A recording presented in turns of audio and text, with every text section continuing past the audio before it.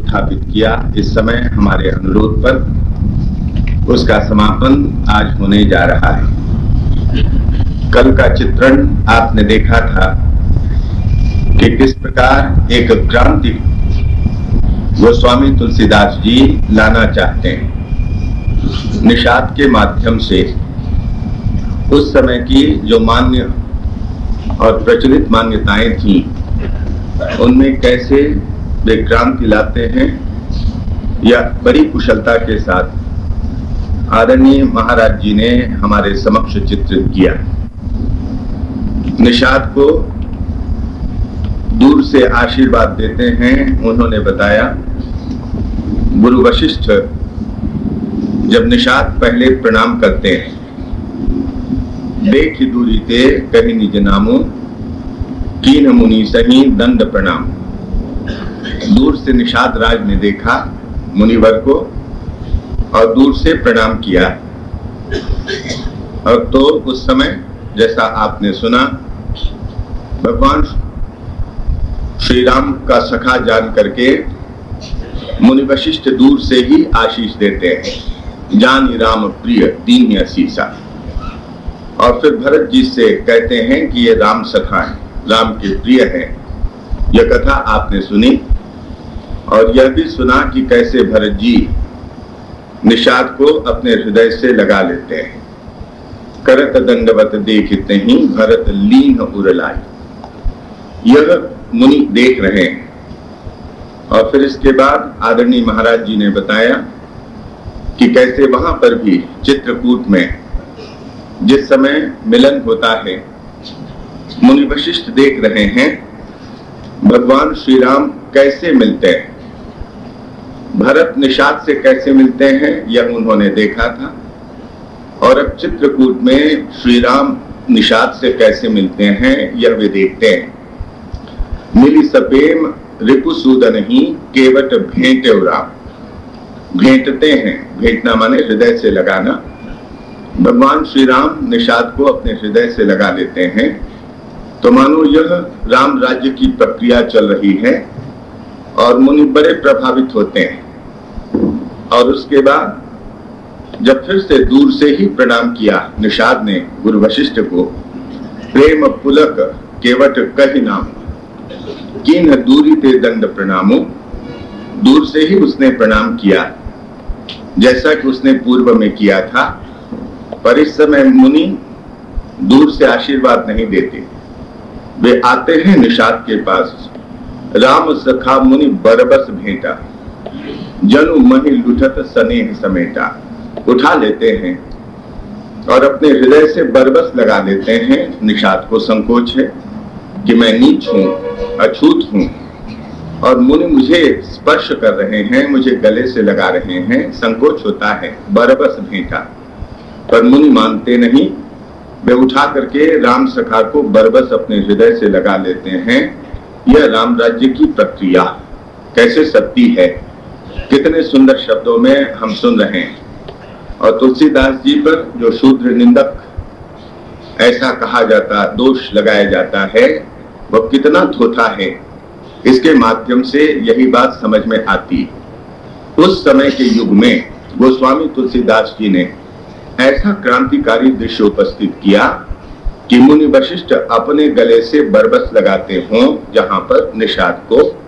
यह एक अद्भुत चित्रण है और समाज को एक विलक्षण दिशा दी जा रही है। तो हम अत्यंत अनुग्रहित हैं आदरणीय पंडित जी महाराज के। हमारे अनुरोध पर वे ही आते हैं, कृपा पूर्वक अनुरोध स्वीकार करते हैं और यहाँ पर कष्ट सह करके भी रहते हैं। अत्यंत स्नेह के साथ आप सब लोगों का स्नेह देख करके राम जय राम जय जय राम, श्री राम जय राम, श्री राम जय राम जय जय राम। प्रवेश करें जहाँ बैठ करके यह कथा कही जाती है। भगवान श्री राघवेंद्र की दिव्य सभा कल्प वृक्ष के नीचे सिंहासन और उस सिंहासन पर जनक नंदिनी सीता के साथ जानकी जीवन राम भद्र विराजमान। श्री भरत छत्र लिए हुए पीछे खड़े हैं, लक्ष्मण जी दाहिनी ओर हैं, उनके हाथ में धनुष बाण है,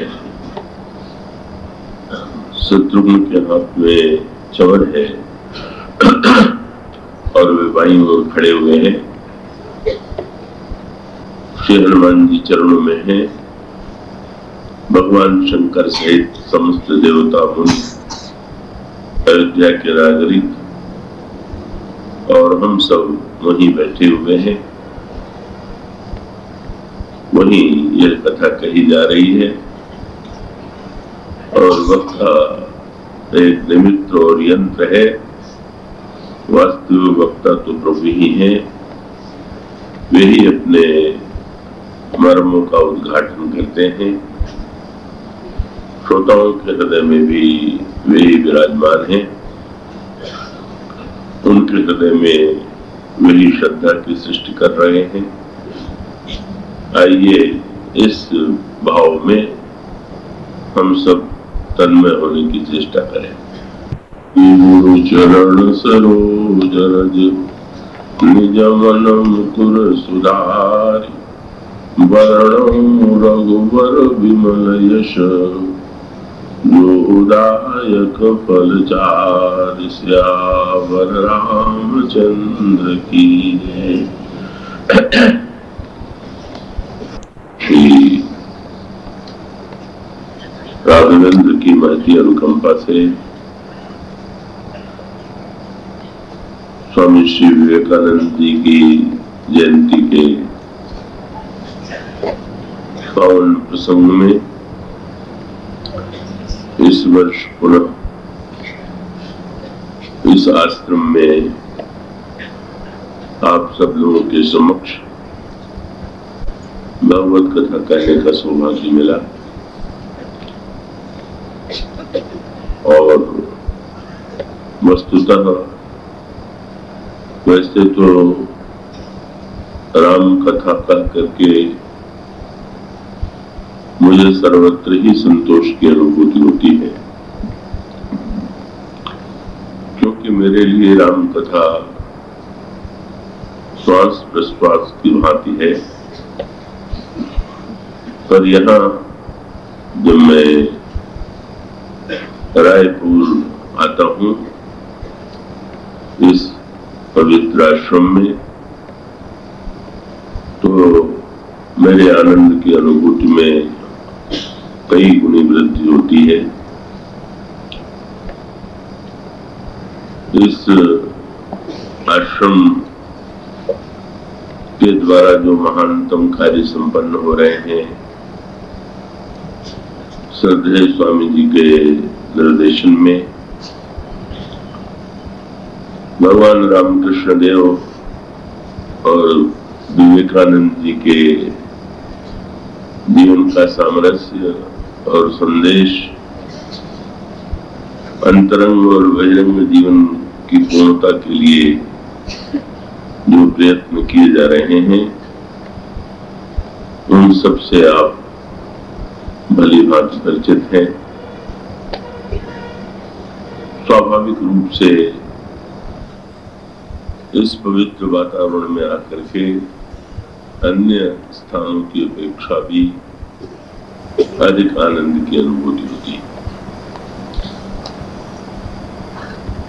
श्रद्धेय स्वामी जी महाराज का मेरे प्रति स्नेह है और बहुधा जब मैं कलकत्ते जाता हूँ तो वहाँ नल्ला दंपति स्वामी जी का जब स्मरण करते हैं तो उनके सरलता और साधुत्व की चर्चा करते हुए ये बात कहना नहीं भूलते कि आदरणीय स्वामी जी महाराज जब भी कलकत्ते में कभी प्रवचन देते हैं तो उसमें कई प्रसंगों में वे आपका स्मरण करते हैं। वस्तुतः ये साधुता का ही परिचायक है। साधारणतया जो विचार भगवान मेरे माध्यम से प्रकट करते हैं उसका अधिकाधिक प्रचार और प्रसार हो रहा है। इसे देख करके मुझे संतोष की अनुभूति होती है और मैं यह आवश्यक नहीं मानता कि इस संदर्भ में मेरे नाम का स्मरण अवश्य किया जाए, पर महापुरुषों की ये महानता होती है कि वे इस विषय में अपनी सरलता और सौजन्य से परंपरा का स्मरण करते हुए दिखाई देते हैं।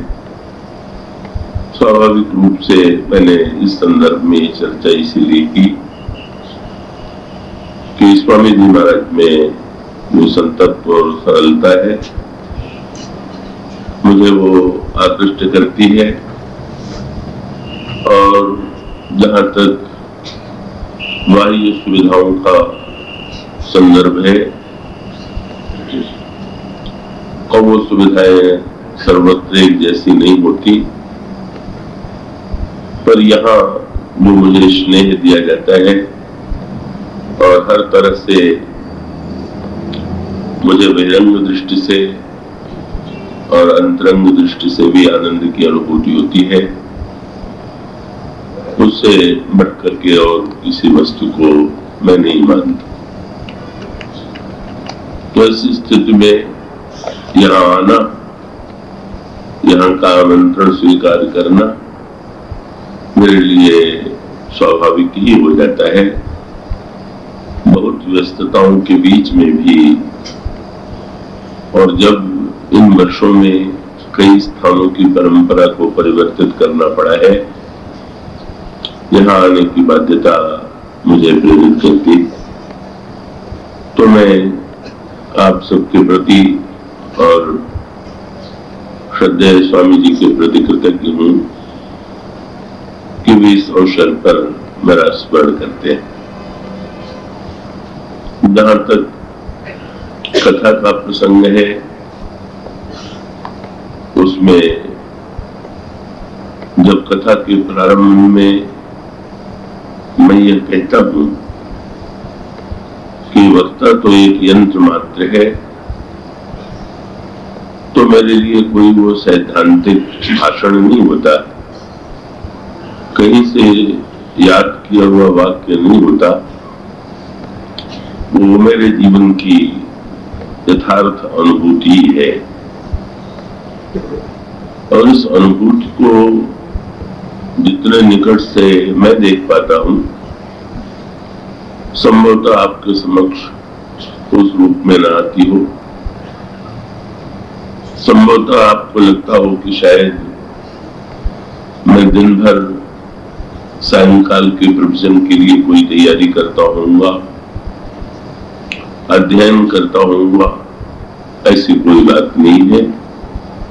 सचमुच एक यंत्र जैसे कोई प्रयत्न नहीं करता, तो ठीक इसी प्रकार से मेरे जीवन में ऐसा कोई प्रयत्न और पुरुषार्थ नहीं। और कभी कभी तो मैं अनुभव करता हूँ कि दिन में यदि सायंकालीन प्रवचन का स्मरण हो आवे और यदि उस समय मैं ये निश्चित करूं कि आज इसी विषय पर प्रवचन करूंगा, तो बहुधा मंच पर आकर के वो सर्वथा परिवर्तित हो जाता है और मानो प्रभु मुझे निरंतर ये स्मरण कराते रहते हैं कि इसमें किसी प्रयत्न और पुरुषार्थ की अपेक्षा नहीं है।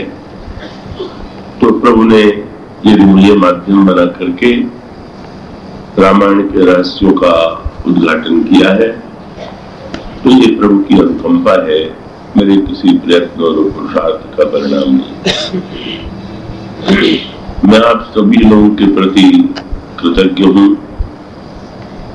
मानवाओं के प्रति, बंधुओं के प्रति और देवियों के प्रति, जिन्होंने कथा के सभी पक्षों में रुचि ली है, रस प्राप्त किया है। और वैसे मैं दो नामों का स्मरण इस संदर्भ में और भी करना चाहूंगा,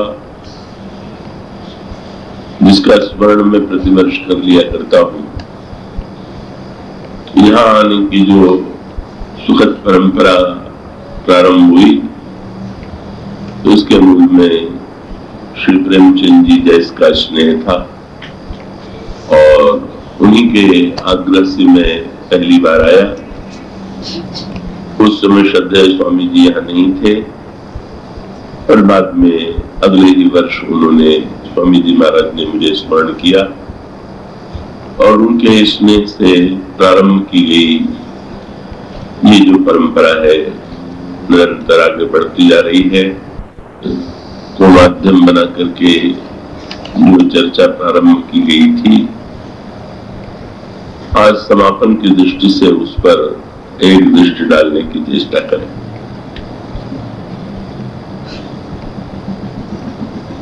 समाज में, समाज की इस व्यवस्था के लिए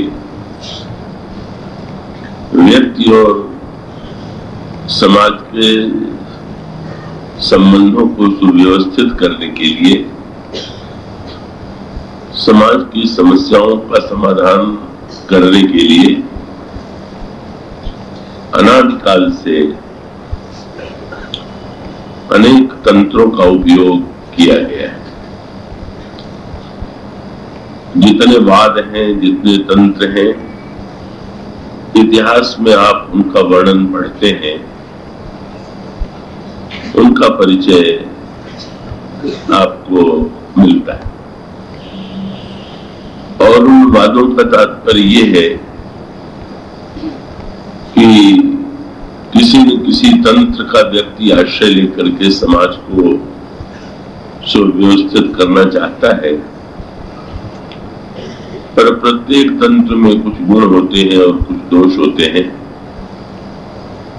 गुण के लोभ से व्यक्ति तंत्र को स्वीकार करता है, व्यवस्था को स्वीकार करता है, पर जब उस व्यवस्था में दोष उत्पन्न होने लगते हैं या दोष का पक्ष सामने आता है, तो व्यक्ति उनका परित्याग कर देता है और किसी नए वाद की खोज में वो लग जाता है। और इस प्रकार से संसार के अनगिनत देशों में विविध वादों और तंत्रों के माध्यम से समाज को व्यवस्था देने की चेष्टा की जा रही है, समाज की समस्याओं का समाधान करने की चेष्टा की जा रही है। श्री रामचरितमानस में भी एक ऐसे आदर्श तंत्र की बात कही गई, और उसके संदर्भ में जब उसके विविध पक्षों पर दृष्टि डाले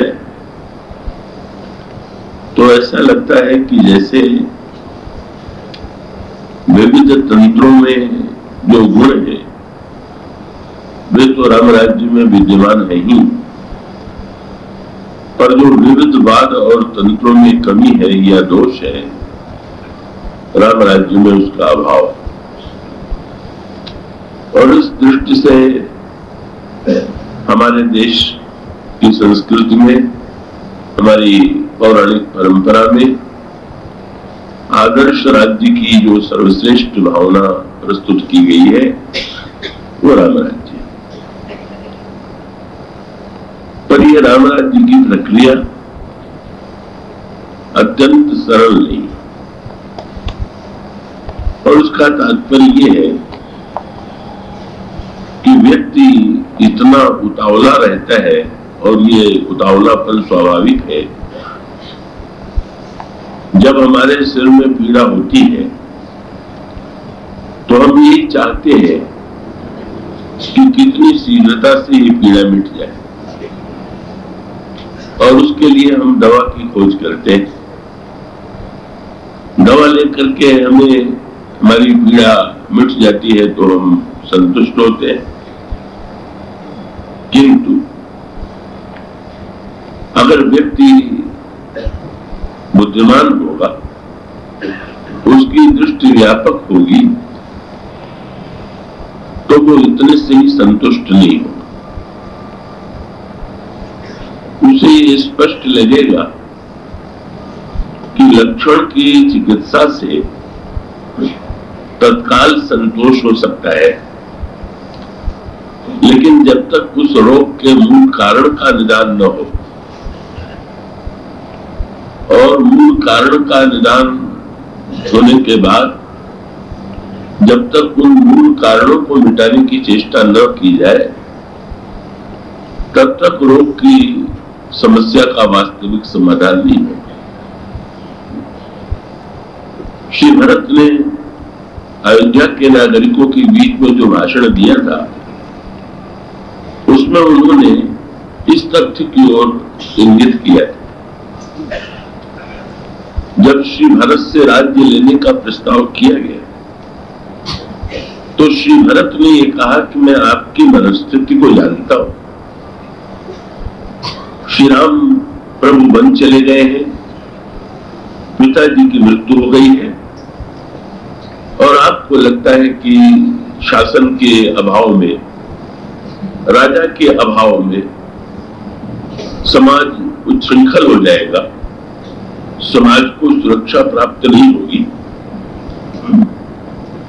इसलिए आप उतावले हो रहे हैं कि राजा के स्थान पर दूसरा राजा चुन लिया जाए, और आप मुझसे राज सिंहासन पर बैठने का अनुरोध कर रहे हैं, आदेश भी मिल रहा है। पर श्री भरत ने सावधान किया। उन्होंने कहा कि इतना उतावलापन उचित नहीं, कहीं ऐसा न हो जैसा कि कभी कभी रोगों के संदर्भ में भी आप देखते हैं कि रोग के मिटाने के उतावलेपन में कभी कभी व्यक्ति ऐसी भी दवाओं को ले लेता है कि जो और अनेक भयानक रोगों की सृष्टि करने वाली दवाएं सिद्ध होती है। और ये आप स्वयं अपने जीवन में और दूसरों के अनुभव में भी आपने ये पाया होगा। और इसी सत्य की ओर श्री भरत ने ध्यान आकृष्ट किया। आप रोग की जो का निदान कर रहे हैं, जो चिकित्सा आप सोच रहे हैं, उसमें उतावलापन है, उसमें धैर्य नहीं। और श्री भरत ने वस्तुतः साधारणतया तो परंपरा यही है कि शासन करने वाला व्यक्ति जो होता है वो अपने गुणों का वर्णन करता है और दूसरों की कमियों की ओर संकेत करता है। यही एक परंपरा है, आज भी वही परंपरा है। किंतु एक नई दृष्टि राम राज्य के संदर्भ में श्री राम और श्री भरत ने दी। भगवान श्री राघवेंद्र ने जब अयोध्या के राज्य का परित्याग किया और वन की ओर जाने लगे, तो अयोध्या की प्रजा विद्रोही हो गई और वो श्री राम के पीछे वन की ओर चल पड़े। भगवान राम चाहते तो इतनी बड़ी प्रजा का समर्थन जिसे मिल रहा है, भगवान उसे, श्री राम उसे और भी उत्तेजित कर सकते थे। ये कह सकते थे कि ये बहुत बड़ा अन्याय हो रहा है, मैं ज्येष्ठ पुत्र हूं, मुझसे अधिक कोई राज्य का अधिकारी नहीं है, मुझसे अच्छा कोई शासन नहीं चला सकता है, और वो बलपूर्वक सिंहासन पर बैठ सकते थे। पर भगवान श्री राघवेंद्र ने जो राम राज्य का मूल जो चिंतन है, उसमें भगवान श्री राघवेंद्र के मन मस्तिष्क में क्या है, इसका परिचय मिलता है महर्षि वाल्मीकि और प्रभु के संवाद में। प्रभु जब अयोध्या की प्रजा को रोक नहीं पाते हैं और वो साथ में चलती है और रात के समय प्रभु उन्हें सोता हुआ छोड़ करके चले जाते, तो इसके पीछे प्रभु की भावना क्या थी? प्रभु चाहते थे कि अयोध्या की प्रजा लौट जाए और वो भरत के राज्य का अनुभव करे, भरत के राज्य में रहे। तो ऐसा मान करके न चले कि मेरे राजा न होने का अर्थ ये हो गया कि समाज अव्यवस्थित हो जाएगा। भगवान राम मानो ये आस्था उत्पन्न करना चाहते थे प्रजा के मन में भरत के प्रति, और भरत के प्रति उनके मन में कितनी आस्था थी इसका परिचय उनके संदर्भ में तब आया जब उन्होंने महर्षि वाल्मीकि से अपने वन यात्रा की गुण गिनाने प्रारंभ किए कि मेरे वन आने में कितने लाभ हुए, और उन्होंने जिन शब्दों में उसे गिनाया है आपने उसे अनेक बार पढ़ा सुना होगा। भगवान राम एक एक विशेषता बताते हैं। मेरे वन आने से पहला लाभ ये हुआ कि तात वचन, पिताजी की सत्य की रक्षा हुई। एक सार्वकालिक का एक व्यक्ति के राजा होने का महत्व नहीं है, महत्व है सद्गुणों का। और हमारे पिताजी ने धर्म का जो सर्वश्रेष्ठ पक्ष सत्य था, उस सत्य के लिए जब मेरा परित्याग कर दिया तो समाज के सामने यह आदर्श आया कि सत्य से बढ़कर के कोई वस्तु नहीं है और उसके लिए प्रिय से प्रिय वस्तु का भी परित्याग कर देना चाहिए। ये कितना बड़ा संदेश समाज को मिला। और प्रभु ने, यदि प्रभु से कोई ये तर्क करे तो फिर भी ये तो मानना पड़ेगा कि कैकेयी ने अन्याय किया, तो प्रभु कहते हैं कि बिल्कुल नहीं। मां कैकेयी ने बाल्यावस्था से लेकर के अब तक मेरी ही ओर देखा और मुझसे पूछा कि राम तुम क्या चाहते हो, किंतु मैं उनसे जो भी कहता गया मां ने उसे पूरा किया। और मां से इस प्रकार से लेते लेते मैं हृदय में संकोच का अनुभव करने लगा कि मैं तो केवल मां से मांगता ही रहता हूं, मां की कोई सेवा नहीं कर पाता, मां को कुछ नहीं दे पाता। और जब मैंने ये सुना कि मेरी मां ने ये कहा है कि राज्य भरत को दिया जाए और राम वन में जाकर के 14 वर्ष के लिए रहे, तो मैं कितना कृतज्ञ हूं कि मां ने कृपा करके मेरा संकोच दूर किया, ऋण का कुछ बोझ हल्का किया। इसलिए यदि मेरे वन गमन से मां का हेतु हुआ तो ये तो और भी प्रसन्नता की बात है। फिर भी तर्क किया जा सकता था कि तुमने माता पिता को ही सामने रखा, पर अयोध्या के अनगिनत व्यक्ति जो तुम्हें राजा के रूप में देखना चाहते थे, उनकी आकांक्षाओं का तुमने तिरस्कार कर दिया। और तब भगवान राम ने जिस दृढ़ता से और जिन शब्दों में श्री भरत का स्मरण किया, वो शब्द योजना पढ़ने होंगे। भगवान राम कह सकते थे कि भरत राज्य चलावेंगे प्रजा को, पर भगवान राम का वाक्य है तात वचन पुर मात हित भाई भरत असराव। भरत जी प्रजा को तो मेरी अपेक्षा न जाने कितना योग्य राजा मिला। मैं आपको विश्वास दिलाता हूं कि अयोध्या की प्रजा को कोई अयोग्य शासक नहीं मिला है। मेरी अपेक्षा भी जिसमें शासन चलाने का अधिक गुण है, क्षमता है, वो त्यागी भरत राज्य चलावेगा। भले ही आज प्रजा उतावलेपन में ये मेरे अभाव का अनुभव कर रही हो, लेकिन जब वो भरत के राज्य का अनुभव करेगी तो मुझे भूलेगी। इसलिए प्रजा के साथ कोई अन्याय नहीं हुआ, प्रजा को मेरी अपेक्षा योग्य राजा मिला। और अंत में भगवान ने बड़ी मीठी बात की कि भाई आप तो बड़े चतुर व्याख्याकार हैं, इस बुराई में भी इतने गुण गिना दिए। पिताजी का सत्य बचा, मां का हित हुआ, प्रजा को राजा मिला, पर आपको क्या मिला? आपको तो दुख और संकट ही तो मिला। भगवान श्री राम ने तुरंत कहा कि ना ना, मैं तो बंटवारे में सबसे अधिक लाभ मेरा। और प्रभु ने इतनी बढ़िया बात कह दी। प्रभु का शब्द कितना मधुर है। प्रभु ने कहा कि महाराज, तात वचन पूर्णिमात हित भाई भरत असराम और मोकह दरस तुम्हारा। प्रभु महाराज, वन आने की आज्ञा मान न दी होती तो आप जैसे महापुरुषों का दर्शन और सत्संग कैसे प्राप्त होता। और प्रभु ने तुरंत एक वाक्य जोड़ दिया कि अब मैं ये अनुभव करता हूं कि मैंने पूर्व जन्म में पुण्य किए थे, इसीलिए ऐसा सुखद प्रसंग बना। आज हम सब में किसी के जीवन में यदि ऐसा अवसर आ जाए कि पद मिलते मिलते न मिले और न मिलने के साथ साथ कहीं दंड व्यवस्था भी कर दी जाए, तो या तो क्षमता होगी तो विद्रोह करेगा और नहीं होगा तो पूर्व जन्म के प्रारब्ध को दोष देगा कि पता नहीं कौन सा पाप किया था कि जो इतना दुख भोगना पड़ रहा है।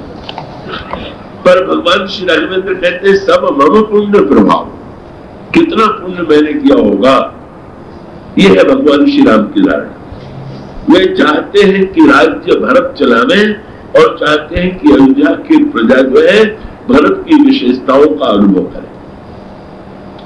और भगवान राम इसके लिए बड़ी सुनियोजित पद्धति का आश्रय लेते हैं। मार्ग में सोते हुए प्रजा को छोड़ करके चले जाना, और जब प्रभु चलने लगे तो सुमंत जी रथ लेकर के आए, और जब उन्होंने अनुरोध किया कि पिताजी ने कहा है कि आपको रथ पर बैठ करके बन जाना चाहिए, तो भगवान राम जब बन गए, उस रथ पर बैठ गए, तो पिताजी को प्रसन्न करने की वृत्ति तो थी, पर वे भविष्य देख रहे हैं। क्या उन्हें याद था कि भरत चित्रकूट की यात्रा अवश्य करेंगे। वो भरत के शील स्वभाव से भी परिचित थे और अंतर्यामी ईश्वर के रूप में भी सत्य को जानते थे, और प्रभु उस दृश्य को देख रहे थे। कब प्रभु ने मानो अपने और भरत की तुलना में भारत की श्रेष्ठता को सिद्ध करने के लिए काशी भारत ने जब यात्रा की, तो उन्होंने सबके लिए वाहनों की व्यवस्था की और स्वयं पैदल चले। और प्रभु भी केवल 3 ही दिन वाहन पर बैठे, पर जब तक प्रजा साथ में थी तब तक वो सवारी पर बैठे रहे। प्रभु का उद्देश्य था कि बाद में अयोध्या की प्रजा भारत की और मेरी की जब तुलना करे तो उसे दिखाई दे कि राम की अपेक्षा तो भारत में सेवा भावना अधिक है। राम तो रथ पर बैठ गए और हम सब पैदल चले, पर भारत कितने महान है कि सबको सवारी पर बैठाया और स्वयं पैदल चले। प्रभु चाहते थे कि लोगों के मन में भारत के प्रति आस्था उत्पन्न हो, भारत के गुणों के प्रति आस्था उत्पन्न हो। और प्रभु ये भी बताना चाहते थे कि आप मेरे साथ चले तो अधूरे यात्रा में आपको हमने छोड़ दिया, पर उस अधूरी यात्रा को पूरा कराने की सामर्थ्य तो भारत में है। इसलिए आप लोग का मेरे पीछे न भागिए। भगवान का संकेत ये था, मेरे पीछे की भागने की आवश्यकता नहीं है, संत के पीछे भागना ईश्वर के पीछे भागने से भी अच्छा। श्री भगवान राम यदि ईश्वर है तो श्री भरत संत है। अनुगमन करने के लिए संत का चरित्र ईश्वर की अपेक्षा भी अधिक उपयोगी है। इस तथ्य को भगवान राम एक और प्रस्तुत करते हैं, ये श्री राम का दर्शन। और दूसरी ओर श्री भरत यदि ये कहें कि सचमुच मुझ में तो जो विशेषताएं बताई गई हैं, सचमुच मैं तो बड़ा महान हूं, मुझ में तो बड़ी क्षमता है, बड़ी योग्यता है, तो फिर वो तो राम राज्य का अधूरा दर्शन होगा। श्री राम का चिंतन इस पक्ष में, पर श्री भरत ने अयोध्या के नागरिकों से प्रश्न किया, आप लोग क्या कर रहे हैं? क्या आप समझते हैं कि भारत को राज्य सिंहासन देना उपयुक्त है? और उन्होंने एक प्रश्न किया कि आपका उद्देश्य क्या है? यही ते जानो मोर हित कह आपन बड़काज। आप लोग ये बताइए कि आप ये मेरे प्रति उपकार, मेरे प्रति उदारता दिखाने के लिए कर रहे हैं, ये अपने कल्याण के लिए कर रहे हैं? आप लोग जब मुझे राजा बनाना चाहते हैं तो आपका उद्देश्य क्या है? कि नहीं चलो भारत को सिंहासन देकर के बड़ा बना दें, या आपका उद्देश्य है कि भारत के सिंहासन पर बैठने से आपकी समस्याओं का समाधान होगा? और श्री भरत जी ने सावधान किया, बोले इसी उतावलेपन से अयोग्य व्यक्ति भी सिंहासन पर बैठ जाता है। कब वो ऐसे अनेक प्रसंग आते हैं जहां पर बेन का राज्य हो गया, क्योंकि जब पिता की मृत्यु हुई तो बेन के स्वभाव और दुर्गुणों से परिचित होने पर भी प्रजा और ऋषि मुनि उतावले हो गए कि भाई राज्य राजा के बिना कैसे चलेगा, चलो राजा में कुछ कमी भी है तो इसको ही राजा बना लेना चाहिए। परंतु में बेन के अत्याचार से व्याकुल होकर के ऋषि मुनियों को बेन को भस्म कर देना पड़ा, क्योंकि बेन ने ये घोषणा कर दी कि राजा के रूप में साक्षात ईश्वर मैं हूं। यदि तुम्हें किसी ईश्वर की आवश्यकता है तो तुम मेरी पूजा करो, और मुझे छोड़ करके किसी ईश्वर की पूजा करना तो अपने पति को छोड़ करके जैसे कोई स्त्री कजार से प्रेम करे उस प्रकार से कार्य माना जाए। इस प्रकार की वृत्ति बेन के अंतःकरण में आती है और अंत में उसको भस्म कर देना पड़ा मुनियों को। ये पुराण श्रीमद् भागवत में कथा आती। तो श्री भरत ने ये कहा कि आप सोचिए, आप इतने उतावले होकर के राज्य जिस पद्धति से देख रहे हैं वो कितने राज्य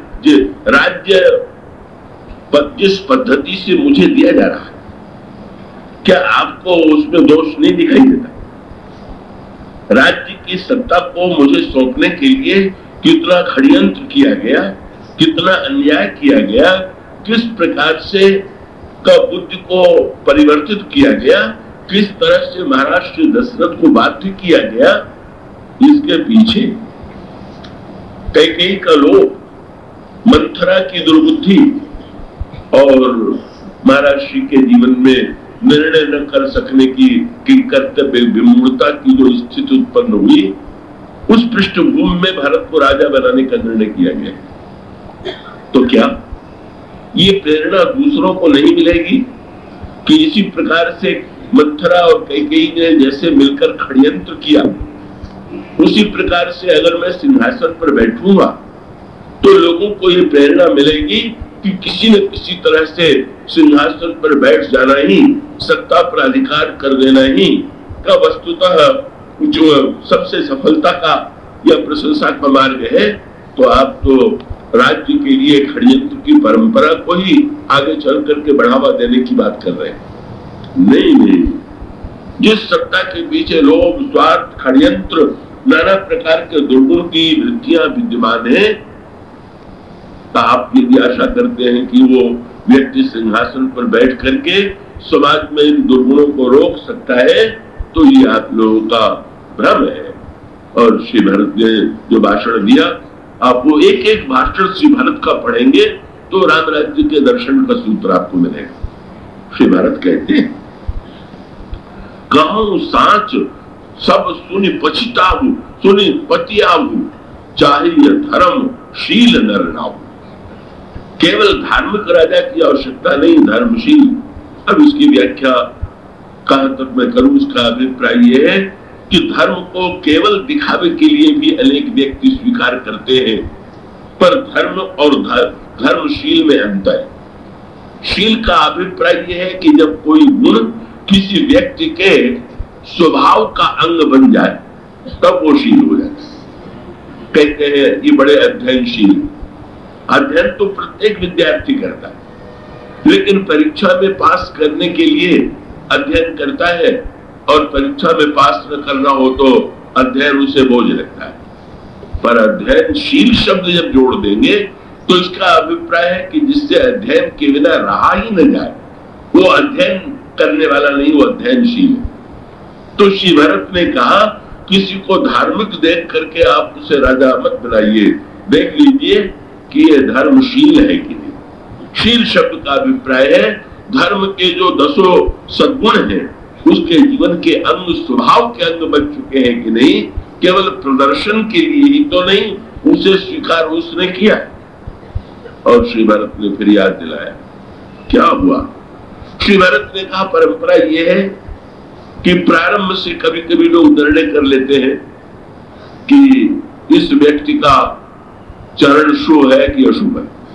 किसी के आने से अच्छी घटनाएं हो तो लोग कहते हैं इनका आगमन बड़ा शुभ है। विवाह के प्रसंग में तो ये बहुत व्यापक धारणा फैली हुई रहती है। नई बहू घर में आई, मंगल की सृष्टि हुई तो लोग ऐसा अनुभव करते हैं कि शायद इसका शुभागमन, इसका चरण बड़ा शुभ है।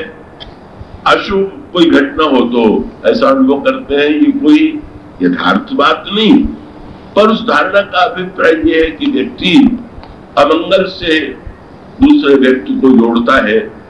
अगर मंगल के साथ मंगल हो जाए तो श्री भरत ने कहा कि आप मुझे राजा बना रहे हैं और वो राजा राज्य भविष्य में कैसा होगा आप इसकी कल्पना कर रहे हैं। और श्री भरत गिनाते, श्री भरत ने कहा फिर तो स्वरूपुर पहला श्री गणेश मेरे राज्य का पिताजी की मृत्यु से हुआ। मुझे जो राजा बनाना चाहते थे वो जीवित नहीं रहे, उनके प्राण चले गए। आप लोगों ने इतने पर भी अनुभव किया, अगर वे मुझे राजा बनाने के लिए व्यग्र होते तो क्या वो इतने दिनों तक अपने को जीवित न रखते। पर जब उन्होंने मेरे आने से पहले प्राण का परित्याग कर दिया तो मानो उन्होंने अपनी भूल का प्रायश्चित किया और उनको लगा कि इतना बड़ा अन्याय मुझे न करना पड़े। इसी संकोच के मारे, इसी पश्चाताप में उन्होंने प्राण का परित्याग कर दिया। क्यों नहीं आपकी दृष्टि सोच जाती। और फिर स्मरण दिलाया फिर तो सुरपुर सिया राम पर कैसा दुर्भाग्य है। श्री राम और श्री सीता जी बन चले गए, दोनों संदर्भ में भाई और भाभी के रूप में भी कह लीजिए, और साक्षात ईश्वर जीवन से दूर चला गया। पिता की मृत्यु हो गई जो लोक में जिसका बड़ा महत्व है, और श्री राम और श्री सीता जी का दूर चले जाना मानो ईश्वर का दूर चला जाना है, ईश्वर का वनवासी हो जाना है, देश से निष्कासन है। श्री भरत पूछते हैं तुम चाह, भरत कहते हैं पितु सुरपुर सिय राम बन करण कहो मुनिराज, यही ते जानो मोर हित कयापन बड़काज। और तब श्री भरत ने वहां पर जो विश्लेषण किया उसमें उन्होंने इस बात पर बड़ा बल दिया कि आप समस्याओं के तत्काल सुलझाने के प्रयत्न में कहीं और भी उलझन की सृष्टि मत कर लीजिए। आप धैर्य पूर्वक, ये इच्छा तो होना स्वाभाविक है कि समस्याएं सुलझें, लेकिन समस्याएं सुलझाने की जो अभी दृष्टांत की बात आप कही गई, रोग के लक्षणों को मिटाने के लिए ऐसी दवा मत खा लीजिए जो और नए रोग की सृष्टि करे। इसलिए श्री भरत ने फिर समस्याओं का मूल निदान प्रस्तुत किया। इन घटनाओं के पीछे व्यक्ति नहीं है।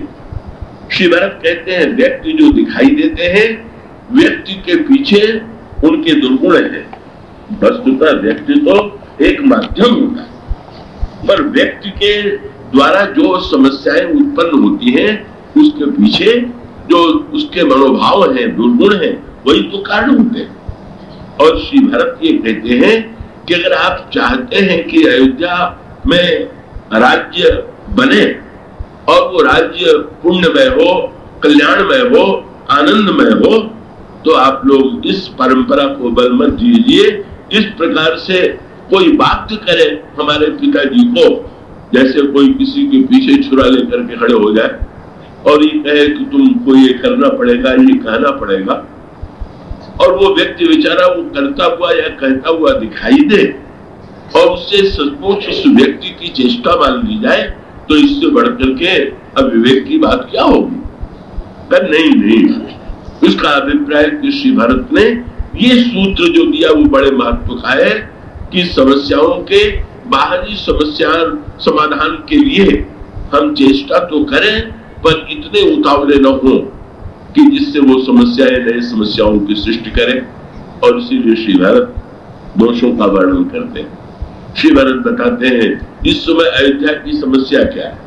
वे कहते हैं ग्रह ग्रहीत पुनि बात बस और तही पुनि बीछी बार ताहि प्यारी वारुणी कहु कवन उपचार। इस समय अयोध्या में ग्रह दशाएं भी है, बात रोग फैला हुआ है, बिच्छू ने मार दिया है, तो चिकित्सा इनकी होनी चाहिए, तब कहीं जाकर के आपको योग्य राजा मिलेगा। और इन समस्याओं को भुला करके आप अगर शराब को चिकित्सा मान लेंगे, शराब का अभिप्राय यह है कोई कष्ट होने पर कई बार लोग इसी कारण शराब पी लेते हैं कि उनको ऐसा लगता है कि शराब पी लेने पर दुख कष्ट भूल जाए। तो शराब पी करके अगर कोई दुख कष्ट को भुलावे तो भले ही कुछ क्षणों के लिए वो दुखों को भूल जाए, पर इससे दुख की समस्या का समाधान तो नहीं हो जाएगा, दुख नष्ट तो नहीं हो जाएगा। श्री भरत ने कहा कि आप जो समाधान दे रहे हैं, और क्षमा करें गुरुदेव, जो समाधान दे रहे हैं वो समस्या, इन समस्याओं के समाधान के लिए कोई उपाय करके हम भूल जाए। यहाँ पर श्री भरत जी ने जो तीनों संकेत किया है, ये काम क्रोध लोभ की ओर संकेत किया है। और ये तीन संकेत मालूम ये है कि सारी घटना के पीछे काम क्रोध लोभ है। और ये काम क्रोध लोभ की वृत्ति पर जब तक विजय नहीं पाई जाएगी और अनर्थ की परंपरा को रोक करके जब तक प्रभु श्री राम को सिंहासन पर नहीं बैठाया जाएगा, तब तक समाज की समस्या का समाधान नहीं होगा। तो राम राज्य के संदर्भ में महत्व का तत्व ये है, सूत्र ये है कि आप तात्कालिक समस्या के समाधान के लिए व्यक्ति भले ईश्वर के रूप